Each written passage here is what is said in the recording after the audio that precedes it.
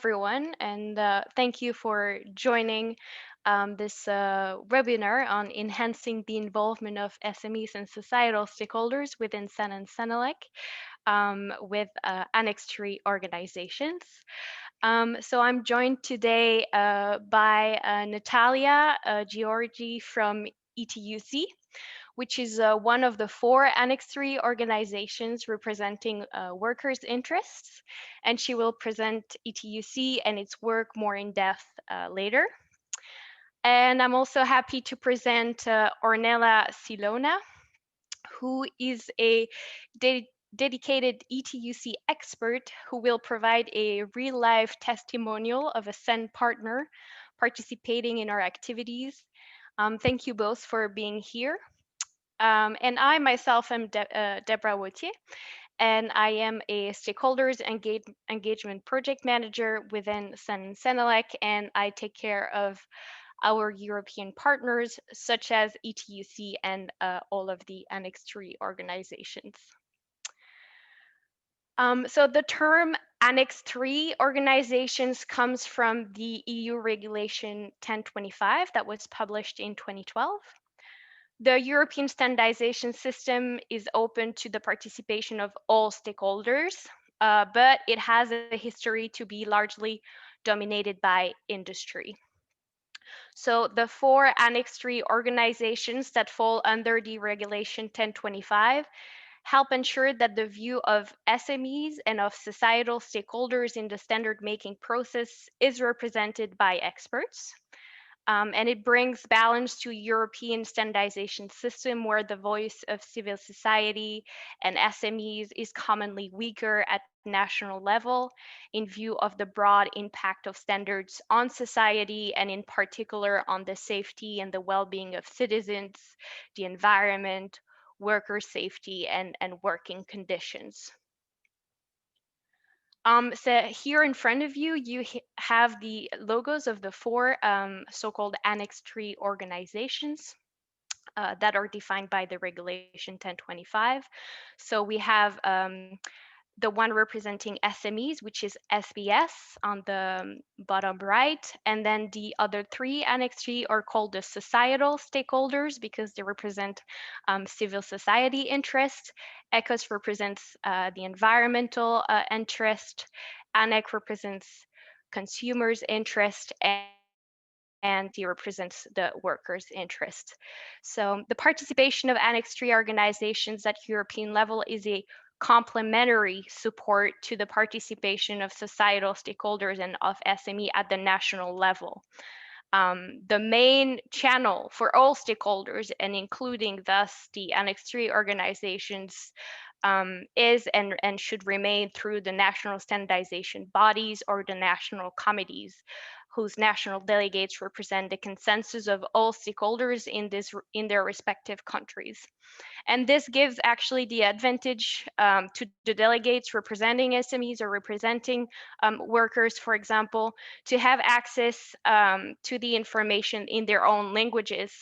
And also at the time where travels were required to participate in technical committees, well, you didn't have to travel internationally. So that was another advantage. So all four Annex III organizations have signed partnership agreements with CEN and CENELEC, except for ETUC that only signed a agreement with CEN. And within CEN and CENELEC, the four Annex III organizations benefit from the same rights as our so-called European partners, which are defined in our Guide 25. It's the category 1 of the concept of partnerships, but they also have extra rights that we will present to you a bit later.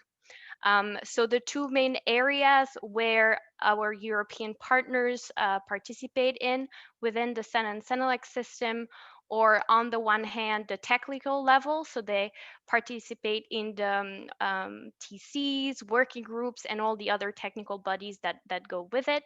But they also have the right to participate at the governing level. So they can participate in the groups discussing strategic policy, corporate issues, and all of their advisory groups as well.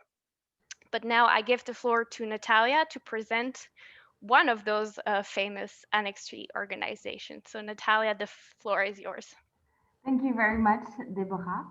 So the ETUC stands for the European Trade Union Confederation, and we are the voice of workers in Europe. We represent 45 million members from 90 trade union organizations in 38 European countries and 10 European trade union federations. The ETUC website is on the screen, as well as our handle on Twitter, so don't hesitate to follow us on social media. Next slide, please. The ETUC, thank you. The ETUC addresses a very large spectrum of issues that impact workers or affect workers, such as collective bargaining, wage and policy and pay rise, education and training, employment, labor market, gender equality, health and safety. A lot more information is available on all of these issues on our website. But the ETUC also addresses standardization. Thank you. Standards are important for trade unions for multiple reasons. In recent years, the scope of standardization has extended beyond product safety, performance, and interoperability, and now affect a wide range of issues such as services, occupational health and safety management, education and training, human resource management, privacy at work, etc. So standards do not only play an essential role for the economy, but they increasingly impact the organization of production and working conditions. So on the next slide, there's just a few examples of standards with a labor component.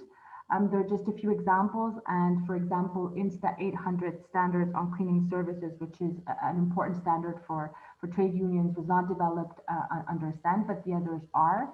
And there's just a few examples reflecting some of the standards that impact workers. Next slide, please. So as Deborah just mentioned, although the European standardization system is open to the participation of all stakeholders, it is largely dominated by industry. But it is crucial that all stakeholders who have an interest in particular standards, that they can contribute to their development, because we need to ensure that standards not only serve industry, but that they also serve society more largely and workers in particular, especially when these standards concern them. The ETUC was designated by the European Commission in accordance with the regulation on European standardization to represent the interests of workers in European standardization. That being said, our experts also participate at international level because more and more standards with a labor component are being developed at that level too. So in early 2015, the ETUC launched the ETUC Standardization Project. It is quite recent if we compare with the other Annex III organizations, some of which have been active in European standardization for almost or more than 20 years. The ETUC Standardization Project is supported by a small ETUC Secretariat of 2.4 full-time equivalent that manages the daily execution of the project. This Secretariat also supports the so-called Special Committee on Standardization, which consists of delegates of the ETUC affiliates and of the European Trade Unions Federation. This Committee on Standardization meets twice a year and determines really the big priorities in standardization which the project is to carry out. And it is also consulted on important issues regarding standardization on a regular basis when needed.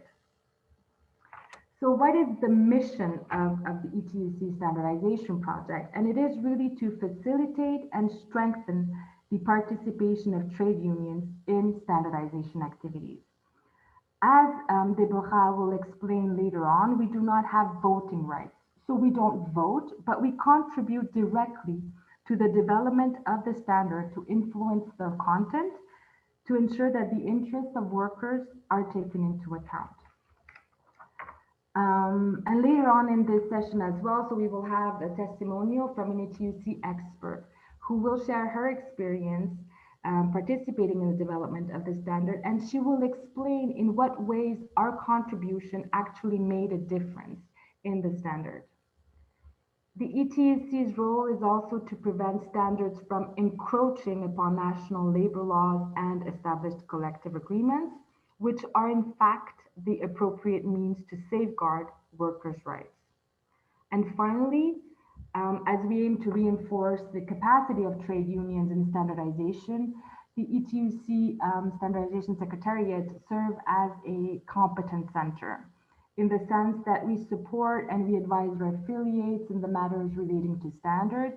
And finally, we organize training activities or events to raise awareness on the importance of standards and the importance to engage as well. Back to you, Deborah. Thank you, Natalia. Yeah, that was very clear what the role of ETUC standardization is for. So thank you very much. Here in front of you, you have a slide summarizing the extent of participation of the Annex III organizations within CEN and CENELEC. Those numbers are from early 2020, but they don't change drastically over the year. You can see, for example, for ETUC, as I said, they only participate in the CEN technical bodies, and here we have 57 representing technical committees, but also subcommittees, working groups, joint TCs, and other groups like ad hoc groups, sector fora, etc., etc. Of course, the participation of each Annex III organization varies depending on their own resources and also their sectoral priorities.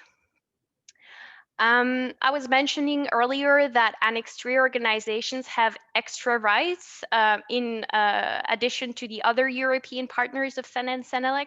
So you see some of them are here in this teal color.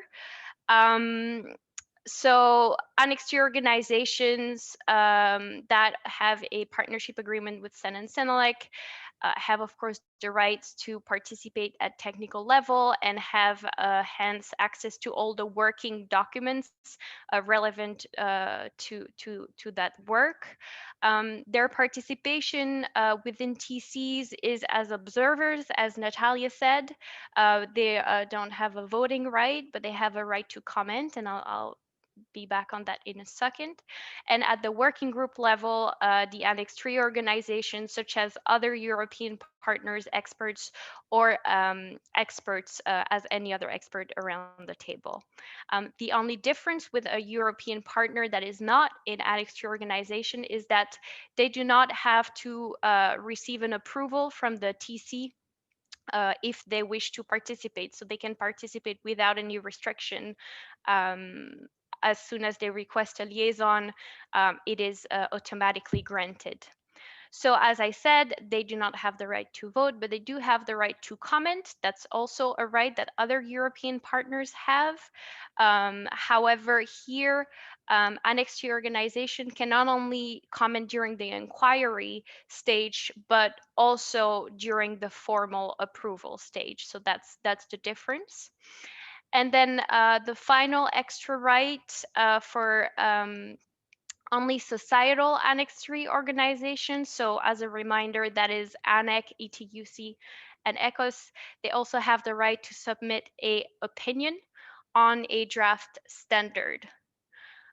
So I'm going to give a bit more explanation about this opinion mechanism because it's very particular to those three societal Annex III organizations.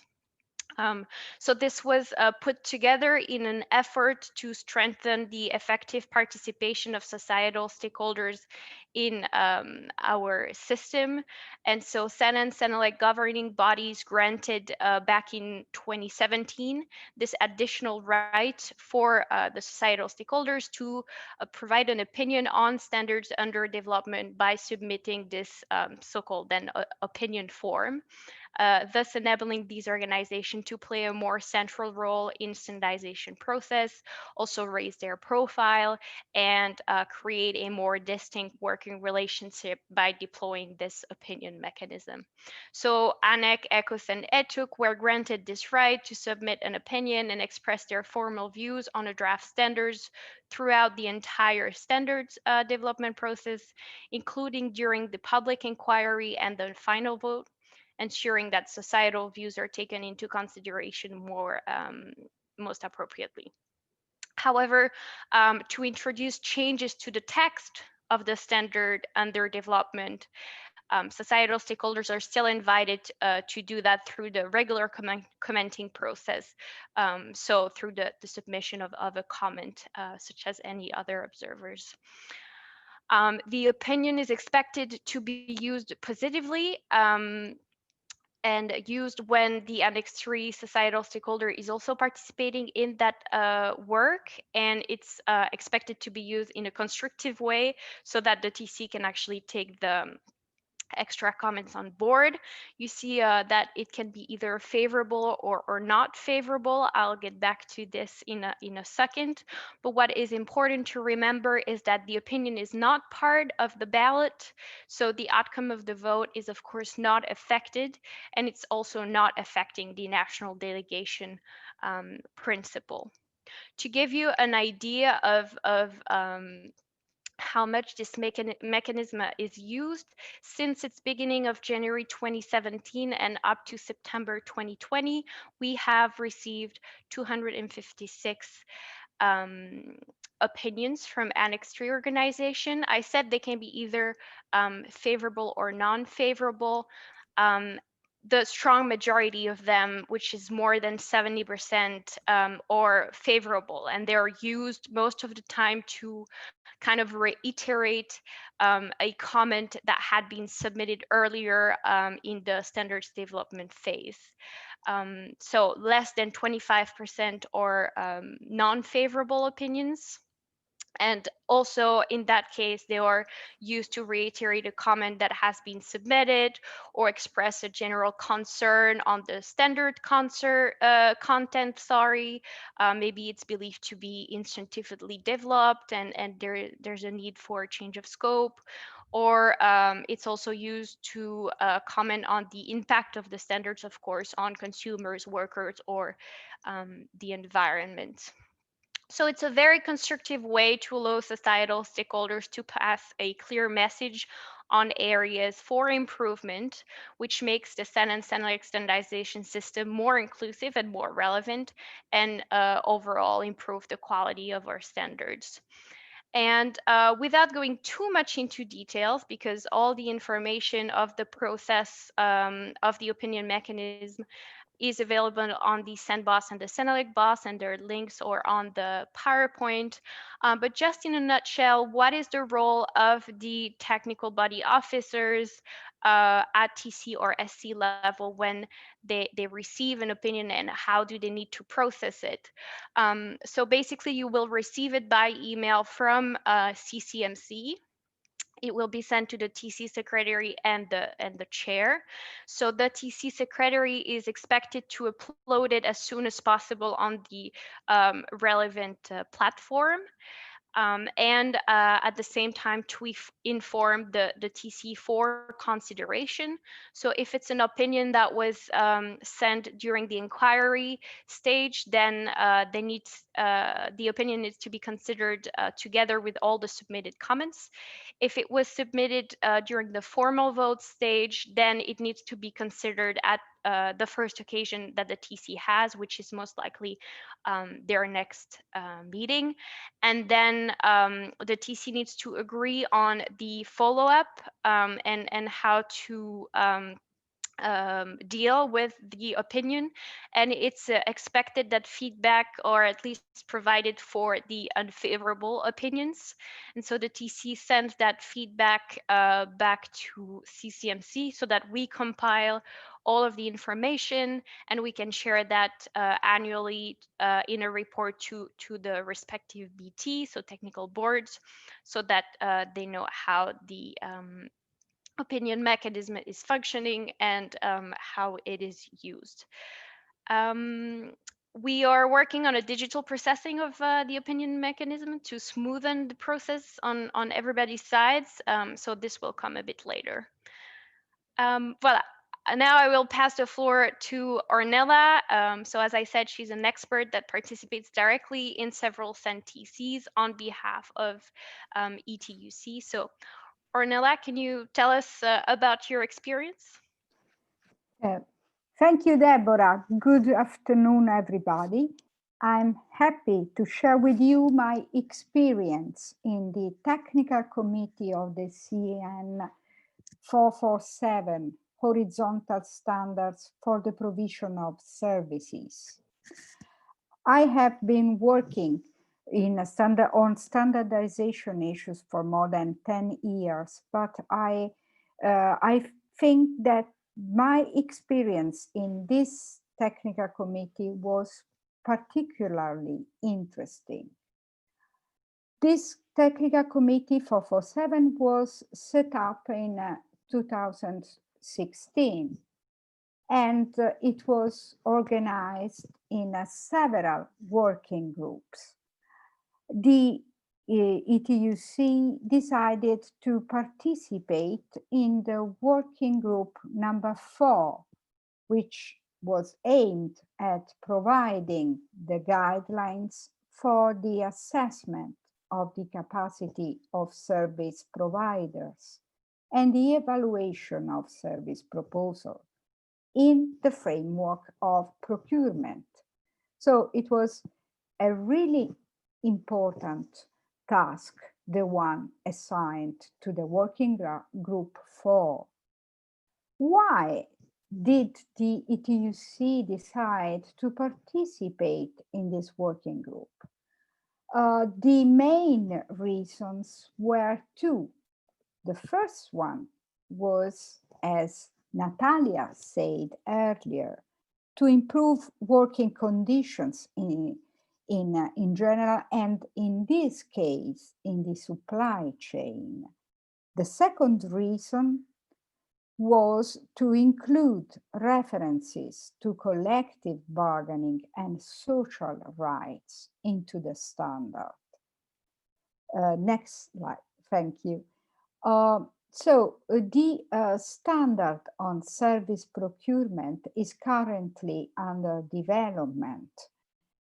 And which were the ETUC main contribution to this standard? In this slide and in the following one, I'm trying to summarize the ETUC main contribution. The first one is the fact that this standard refers to ISO 26000, which is now has been adopted as a European standard. ISO 26000 regards social responsibility, and it is a standard written quite important for trade unionists because it was written with the active contribution of stakeholders, including trade unions from all over the world. It's the second main contribution to the standard ETUC did was the annex shaped by ETUC and Annex, another Annex III organization. This annex lists accessibility and sustainability criteria related to evaluate best value in private procurement. This is an issue really, really important, how to evaluate the best value in private procurement. The other contributions from the ETUC were the following. Provision for an up-to-date certificate on social security contributions for salaried employees and self-employed persons. this was, we asked for this because it is really important to give workers social security contribution and to avoid informal work. Moreover, the standards relates to human resources, focusing on both quality and quantity of personnel. And there is also in the standard the reference to a possible submission of a document on the policy of collective agreements at the place of work. And last but not least, the standards refers to the violation of the International Labour Organization fundamental labor rights. So this is an important reference to the ILO labor rights. Next, okay. So I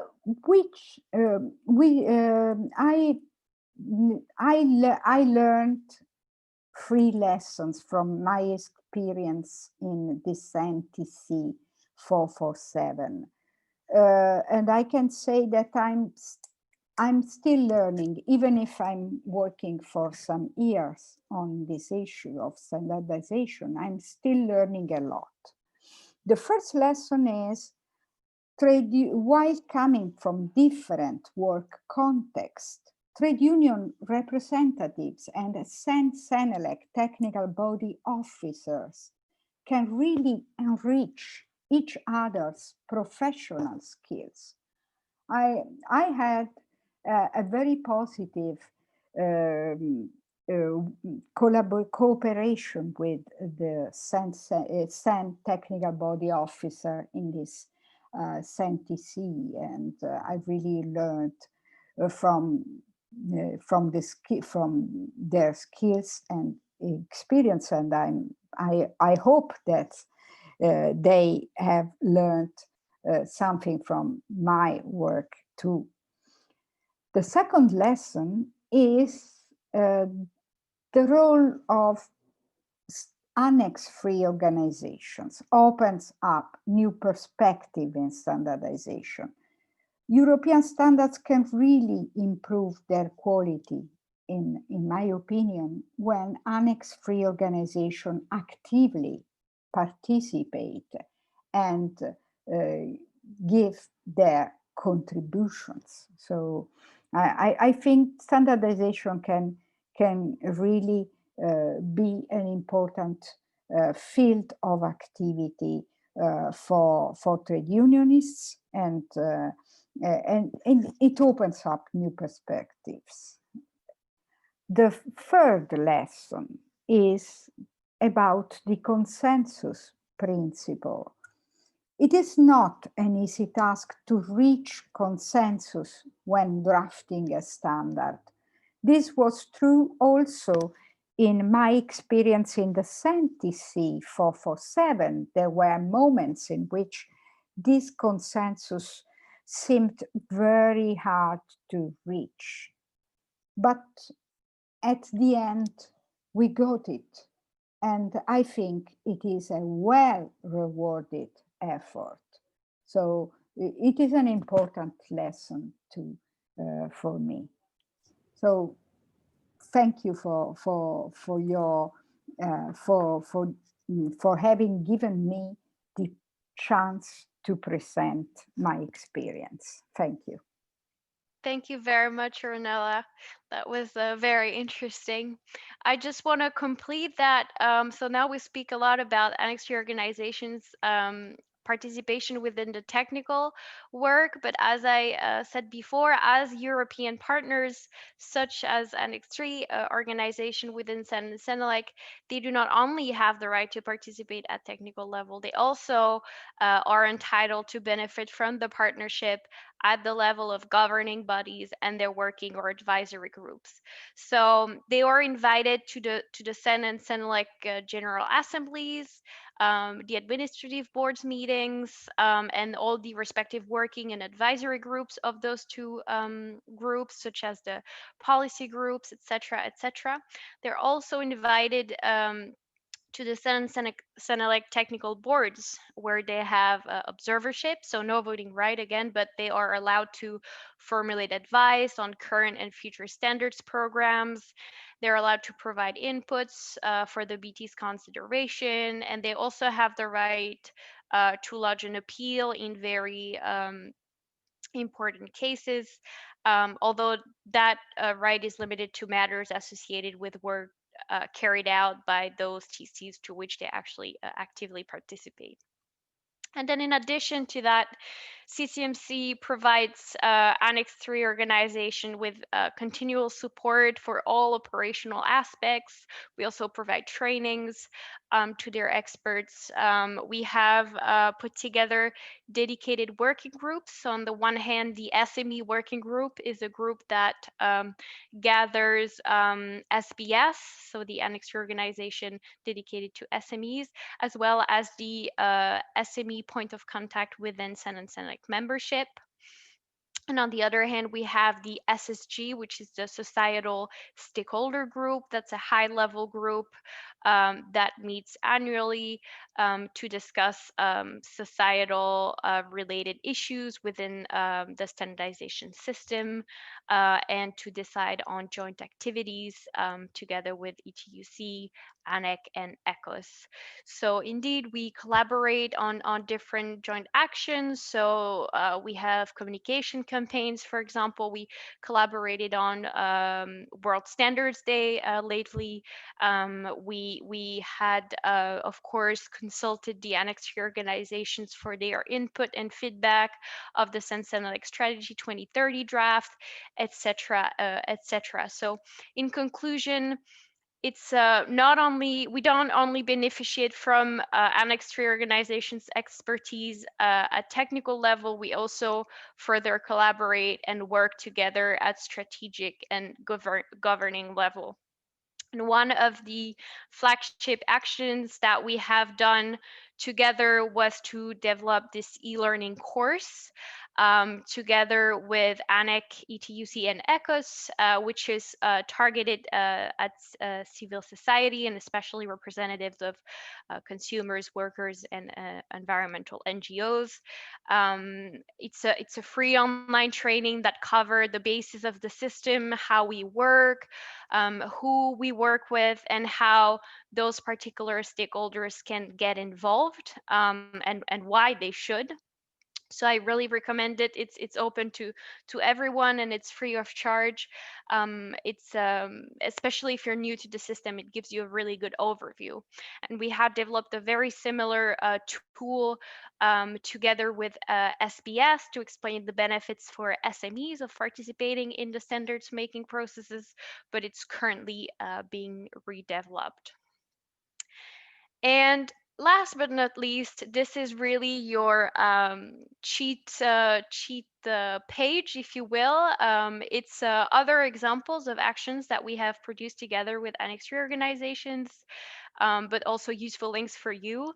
And I just would like to mention maybe in particular the CEN-CENELEC Guide 17 that we had developed in close collaboration with SBS. It's this guide that helps standards writers to take SMEs needs into account when drafting standardization deliverables. So yeah, Natalia, I give you the floor for the wrap up of this session. Thank you, Deborah. I think I will start, or rather conclude today's session, quoting DG Growth Director General Kirsten Jorna during her intervention in the very recent CEN-CENELEC multi-stakeholder conference on your strategy, where she stressed that the European standardization system needs to be agile, relevant, and inclusive. These were the three key elements she mentioned for the European standardization system. And inclusiveness is indeed a priority and essential to guarantee that standards reflect not only the scientific and the technical state of the art, but that they also serve the interests of society, and they serve that through their participation in standardization. And so we were able today in this session to look at a bit more what these four organizations represent, and their rights, and how that all comes into practice. So involving these stakeholders representing the different interests certainly brings an added value to standards, because they bring their long-standing experience and their know-how from their particular fields that they know very well. And the testimonial from Ornella today was a clear example of that. And finally, including SMEs and societal stakeholders in the development of standards contribute in making better standards for all. I will finish with that. That's perfect. Thank you so much, Natalia. That leaves me to thank you both, Ornella and Natalia, very much for your participation today. And to all the listeners, if you have any questions, do not hesitate to reach out to us, either Natalia for the ETUC part, and myself from CCMC. Have a nice rest of your day.